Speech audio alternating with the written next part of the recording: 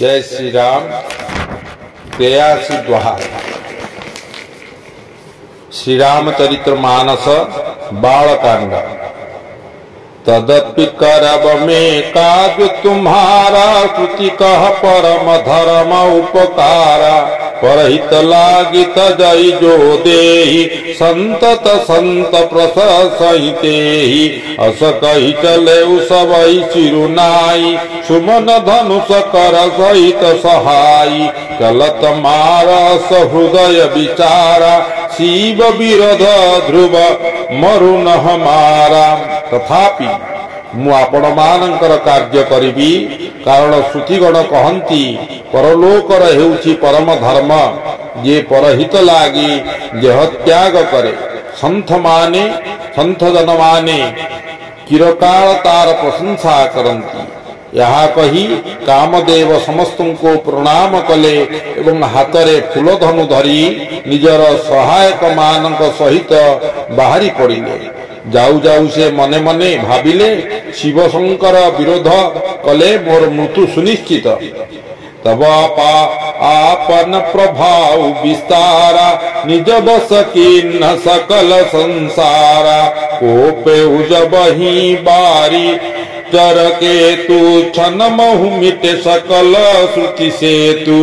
जहा हेउ से निजर प्रभाव विस्तार करी समग्र संसार को निज बस को नहीं जाइथिले। मीन केतन मनमथ क्रोधान्वित हेबारु क्षणक मध्यरे वेदर सकल मर्यादा भांगी गला।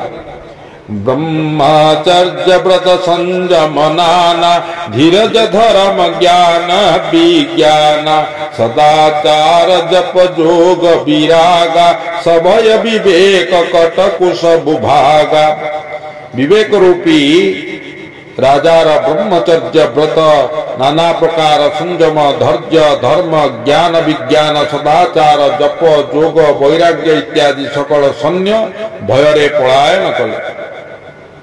भागे विवेको सहाय सहित, सो सुभग सुभट संयुग मही मुरे।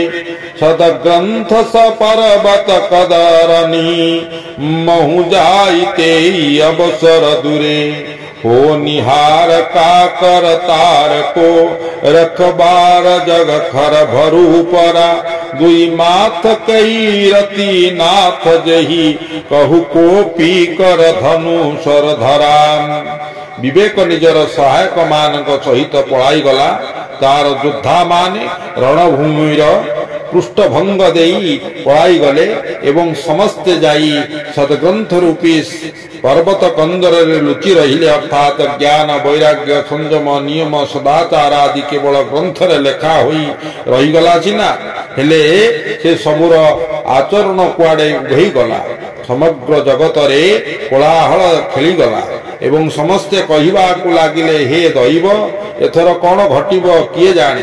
आमको किए रक्षा करिवो, किए एपरी दिशर विशिष्ट अतिमान बछि जे ता उपरे क्रोध करी रतिपति कामदेव हाथरे धनुर्बाण धरिलेनि। जे शिव सजीव जग अचर अचर चर, नारी पुरुष सनाम। ते निज निज मर्यादा जी, भय सकल बस काम। जगत रे स्त्री पुरुष संज्ञाधारी जेते सबु चर चर प्राणी थिले, सेमाने समस्ते निज निजर मर्यादा छाड़ी कामवश होई गले। सबके हृदय मदन अभिलाषा, लता निहारी न वही तरु शाखा। नदी उमंगी अम्बुधि कहूँ धाई, संगव करहित लाभ तलाई। सबरी हृदय रे काम इच्छा जागृत हो गला। लता मान को देखी वृक्ष शाखा माने नई पड़िले। नदी माने उछुली उठी समुद्र आड़ को धाइले। तड़ाग पुष्करणी माने मध्य परस्पर संयम करने को मिलित हेले। जहीं जहाँ सीतसा जड़न के बरनी, को कहीं सकई सचेतन करनी। पशु पक्षी न बजल थल चारी, भये काम बस समय विसारी। जोठी जड़मानंकर वृक्ष नदी आदिंकर अवस्था एपरी होईगला सेठारे चेतनंकर अवस्था कथा किए बा कहि पारिबो। जलस्थल आकाश रे विचरण करुथिबा पशु पक्षी निज निजर मिलनर उपयुक्त समय भूली काम परवश होईगले। मदन अंध व्याकुल सब लोका निशिदिनु नहीं अवलोक ही कोका। देवदनु जनर किन्नर ब्याला प्रेत पिशाच भूत बेताला। इनके दशा न कहूं बखानी सदा काम के चेरे जानी। सिद्ध विरक्त महामुनि जोगी तेपी काम बस भय वियोगी। समस्ते कामांध होई व्याकुल होइले। चकुआ चकोई रीति दिन मानिले नाही। देव दैत्य मनुष्य किन्नर सर्प प्रेत पिशाच भूत बेताल एमाने तो सबु काल रे कामर दास। यह जानी मु आउ एमानंकर अवस्था वर्णना करुनाही। सिद्ध विरक्त महामुनि महाजोगी माने मध्य कामवश होइगले। सेमानंकर जोग भांगी गला। सेमाने विरही होई गले। भये कामवश जोगीश तापस पावरहि को कहे। देखई चराचर निरामय जे ब्रह्ममय देखत रहे। अबला बिलोक ही पुरुषमय जग पुरुष सब अबलामय। दुई दंड भरी ब्रह्मांड भीतर काम कृत कौतुकयम। जोठी जोगीश्वर तपस्या माने तपस्वी माने कामवश होईगले सेठारे पामर मनुष्य मानंकर कथा बा कौन कहिबा। जो माने समग्र जगत को ब्रह्ममय देखुथिले सेमाने वर्तमान जगत को स्त्रीमय देखिबा को लागिले।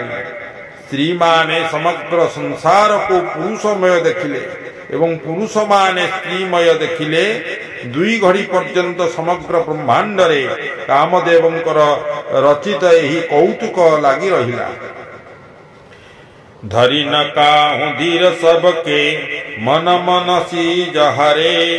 जे राख रघुबीर ते उबरते ही काल महू। केही भी धैर्य धरी रही पारे नाही।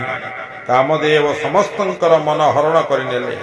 जो मानंकु श्री रघुनाथ रक्षा कले केवल सही माने सेतेबेले वर्ती गले। जय श्री राम जय श्री राम जय श्री राम जय श्री राम।